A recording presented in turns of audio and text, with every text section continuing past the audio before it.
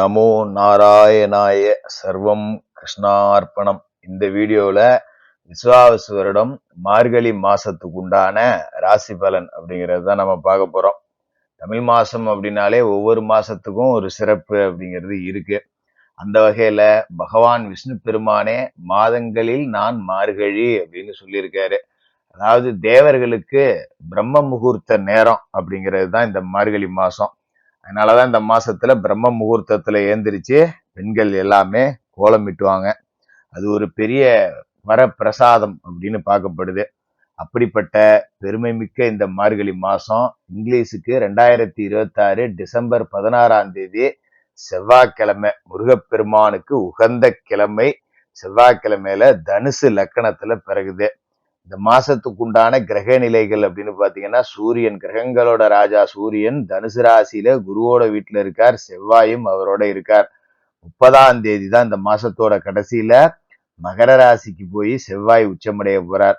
புதன் விருச்சிக ராசியில இருக்காரு. 10ஆம் தேதி தனுசு ராசிக்கு போறாரு. 27ஆம் தேதி மகர ராசிக்கு போறாரு. அப்ப 10ஆம் தேதியில இருந்து 27ஆம் தேதி வரைக்கும் புத ஆதித்ய யோகம் இருக்கு.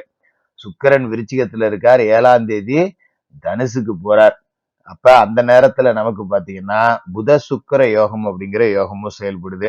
முக்கியமான ஒரு அமைப்புன்னு பாத்தீங்கன்னா, முழு சுப கிரகமான குரு பகவான் கடகராசியில இருக்கார். உச்சமடைஞ்சு அதிசாரத்துல போனார் இல்லையா?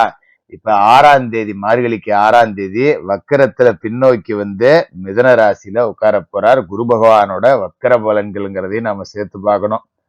சனி பகவான் மீனத்துல இருக்கார். ராகு விஷப்பாம்பு கும்பராசியில இருக்காரு. கேது விஷமற்ற பாம்பு சிம்மராசியில இருக்கு. இதுதான் இந்த மாசத்துக்கு உண்டான கிரக நிலைகள், ராசி மாற்றங்கள், வக்கர இயக்கங்கள். இது உங்களோட ராசிக்கு ஒரு புனிதமான கிரக அமைப்பு அப்படின்னு பார்க்கப்படுது. சரி, இந்த மாசத்துல உங்களுக்கு என்ன கிடைக்க போகுது அப்படிங்கிறத பார்த்துருவோம். கன்னிராசி நேயர்களே, உங்களுக்கு இந்த மார்கழி மாசம் எப்படி இருக்கு அப்படின்னு பாத்தீங்கன்னா, இந்த மார்கழி மாசம் அப்படின்னு பாத்தீங்கன்னா உங்களோட ராசிநாதன் புதன் 3 ராசிக்கு மாறுறாரு. மாச தொடக்கத்துல பாத்தீங்கன்னா விருச்சிக ராசியில இருக்கார். 10ஆம் தேதி தனுசு ராசிக்கு போறார். 27ஆம் தேதி மகர ராசிக்கு போறாரு. இப்ப ராசிநாதனோட மாற்றம் அப்படிங்கிறது வேக வேகமா இருக்கு. அப்படிங்கறதால உங்களுக்கு நல்லது கெட்டது எல்லாமே கலந்து வரும். நன்மைகள் தான் சற்று கூடுதலா இருக்கு அப்படின்னு சொல்லலாம். ஏன்னா மாச தொடக்கத்துல ராசிநாதன் சகாயஸ்தானத்துல இருக்கார். தனாதிபதி சுக்கிரனோட சேர்ந்து இருக்கார். அப்படிங்கிறதால நிறைய புது வாய்ப்புகள் வரும். நல்ல சந்தர்ப்பங்கள் வீடு தேடி வரும். எனக்கு மட்டும் ஒரு வாய்ப்பு கிடைச்சதுன்னா அதை நான் விடவே மாட்டேன், புளியங்கொம்பா பிடிச்சுக்குவேன். வாய்ப்பை தேடிதான் அலையிறேன். ஒரு வாய்ப்பை கொடு கடவுளே, என் திறமையை நிரூபிக்க, நான் யாருன்னு இந்த உலகத்துக்கு காட்டுறதுக்கு எனக்கு ஒரு சந்தர்ப்பத்தை கொடு கடவுளே அப்படின்னு நினைச்சவங்களுக்கு எல்லாம் கிடைக்கும். குறிப்பா கலைத்துறையை சேர்ந்தவர்களுக்கான வாய்ப்பு. கவிதை எழுத தெரியும், பாட்டு பாட தெரியும், சினிமாவில் நடிக்க முயற்சி செய்யறேன், ஒரு நடனம் ஆட தெரியும். இந்த மாதிரி சினிமா துறை, திரைத்துறை, கலைத்துறை சார்ந்து வாய்ப்பு தேடக்கூடியவர்கள் எல்லாருக்கும் இந்த மாச தொடக்கத்திலேயே நல்ல வாய்ப்பு கிடைக்கும். ஏன்னா சுக்கிரனோட சேர்ந்து இருக்கார். அப்ப கலைத்துறை அப்படிங்கிறதுல உங்களுக்கு அதீத வாய்ப்புகள் இருக்கு. அதனால எப்படியாவது தொடர் முயற்சி அப்படிங்கிறத எடுத்துருங்க. நிச்சயமா நீங்க எதுக்காக வாழ்க்கையோட லட்சியம், எதை வாழ்க்கையோட குறிக்கோள் அப்படின்னு நினைச்சுக்கிட்டு இருந்தீங்களோ அது இந்த மாசத்துல உங்களுக்கு ஈடேறும். கவலைப்பட தேவையில்லை. அதோட உடன்பிறப்புகள் உங்களோட எல்லா முயற்சிக்கும் இந்த காலகட்டத்துல உறுதுணையா இருப்பாங்க. பரவாயில்ல தம்பி, ஏதோ கஷ்டப்பட்டாலும் முன்னுக்கு வந்துரும் அப்படிங்கிற நம்பிக்கை எனக்கு இருக்கு.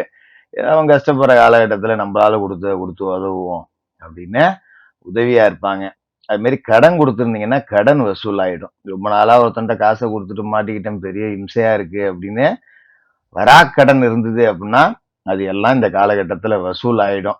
அது மாதிரி மார்கழி தொடங்கி 6ஆம் தேதி மிதன ராசிக்கு குரு பகவான் வக்கர இயக்கத்துல வரார். இது வரைக்கும் அதிசாரத்துல லாப வீட்டுல இருந்த குரு மறுபடியும் தொழில் வீட்டுக்கே வரார், ஜீவன வீட்டுக்கே வரார். அப்படிங்கிற அடிப்படையில தொழில்ல ஒரு புது வாய்ப்பு அப்படிங்கிறத உங்களுக்கு உருவாக்கி கொடுப்பாரு. அது மாதிரி கடுமையா முயற்சி செஞ்சும் இது வரைக்கும் நடக்காத காரியங்கள்லாம் இப்ப நடக்கும். பொருளாதார பற்றாக்குறையில உங்களுக்கு இருந்த அந்த தேக்க நிலை அப்படிங்கிறது மாறும்.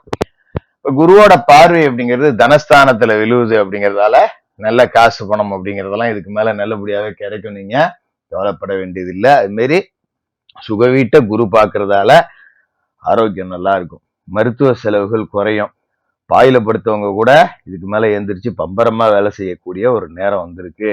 இடையூறா இருந்த மேல் அதிகாரிகள், வேலை செய்யற இடத்துல எரிஞ்சு எரிஞ்சு விழுந்தவங்க எல்லாம் இதுக்கு மேல உங்களுக்கு நிறைய நன்மைகள் அப்படிங்கிறத கொடுப்பாங்க. அந்த அளவுக்கு ஒரு சிறந்த மாதமாகவும் இந்த மாசம் இருக்கும். அது மாதிரி மார்கழி 7ஆம் தேதி தனுசு ராசிக்கு சுக்கிரன் போறார்.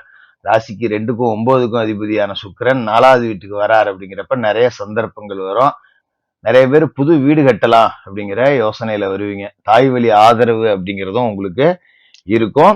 அது மாதிரி இந்த மாசம் 10ஆம் தேதி தனுசு ராசிக்கு புதனும் போய் புத சுக்கிர யோகம், புத ஆதித்ய யோகம் எல்லாத்தையும் கொடுப்பார்.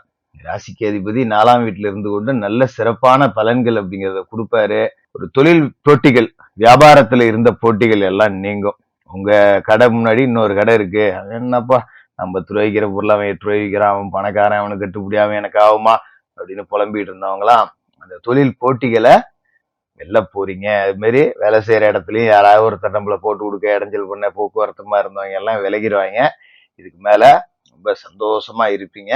இந்த மாச கடைசியில மகரத்துக்கு செவ்வாய் போவார். அது அடுத்த மாசங்கிறத பாத்துக்கலாம். ஏன்னா 30ஆம் தேதி வரைக்கும் மகரத்துலதான் பயணிக்க மாட்டார், தனுசுல இருப்பார். 30ஆம் தேதிக்கு மேலதான் மகரத்துக்கு போறாரு. அப்ப அவரும் உங்களுக்கு நன்மைகள் அப்படிங்கறதான் கொடுப்பாரு. இடம், பூமி, கமிஷன், போக்குவரத்து இந்த வகையில லாபம் அப்படிங்கிறதும் கிடைக்கக்கூடிய மாசமா இருக்கு. சனி கண்டச்சனி அப்படிங்கிறத நாம மறந்துடக்கூடாது. கண்டத்துல சனி இருந்துகிட்டு சில சிக்கல்கள் அப்படிங்கிறத கொடுப்பார். அதனால குடுக்கல் வாங்கல்ல கவனமா இருக்கணும். சனிக்கிழமையில சனி பகவானுக்கு எள்ளு விளக்கு போடுங்க. ஏலபாளைகளுக்கு உங்களால முடிஞ்ச உதவிகள் செய்யுங்க. இந்த மார்கழி நல்லா இருக்கும். கன்னிராசிக்காரர்களுக்கு வாழ்த்துக்கள்.